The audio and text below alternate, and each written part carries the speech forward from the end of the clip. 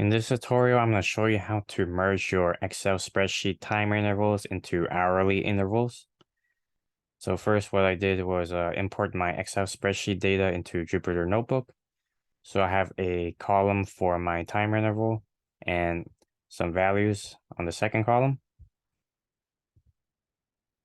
So first, what you need to do is use the set index function to turn your interval column into an index.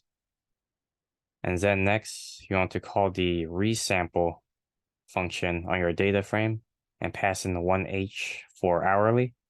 And then I use the sum function after that to sum up the values. And this is the result we get. So we get our interval in hourly and then the value summed up. I can also change this to 2 hourly.